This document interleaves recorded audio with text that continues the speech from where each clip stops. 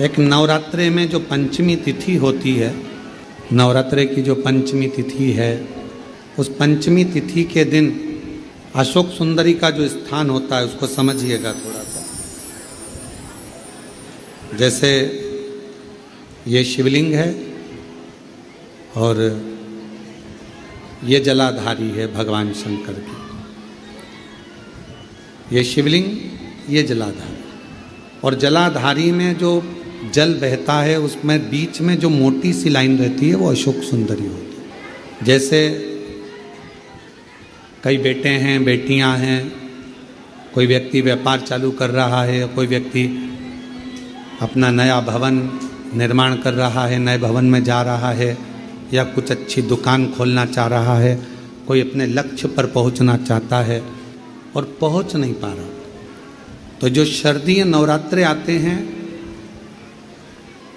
इस शारदीय नवरात्रे में जो माँ आद्यशक्ति की पूजन की जो पंचमी तिथि होती है, इस पंचमी तिथि पर अशोक सुंदरी वाली जगह पर,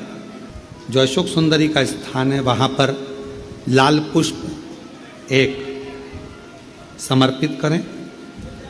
जो जलाधारी है, माँ पार्वती, जगत जननी, जगदम्बा, अम्बा, भवानी मैया दुर्गा का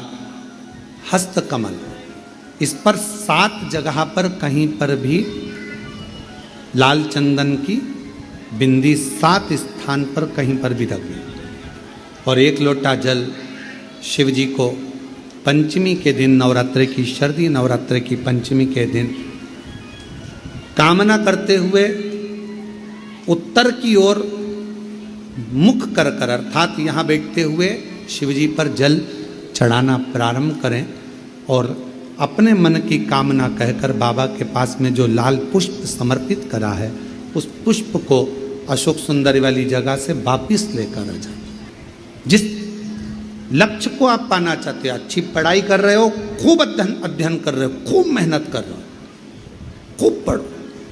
कोई दुकान खोल रहे हो, व्यापार चालू कर रहे हो, कोई नया कार्य चालू कर रहे हो, उस पुष्प को अपने स्पर्श कर कर या उस पुष्प का दर्शन कर कर आप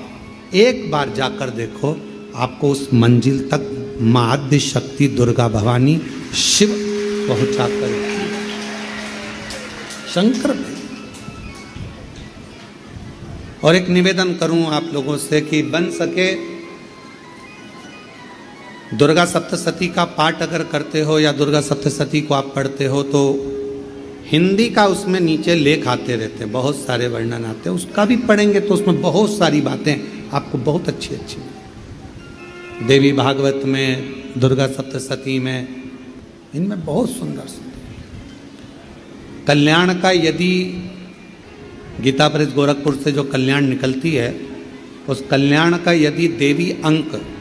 अगर आप पढ़ेंगे माता दुर्गा भवानी पर, बड़ा सुंदर है। उसमें भी बहुत सी चीज़ें हैं, माँ आद्यशक्ति की आराधना की, साधना की, पूजन की पद्धति बहुत सुंदर, उसका ध्यान करें। शिव से कुछ,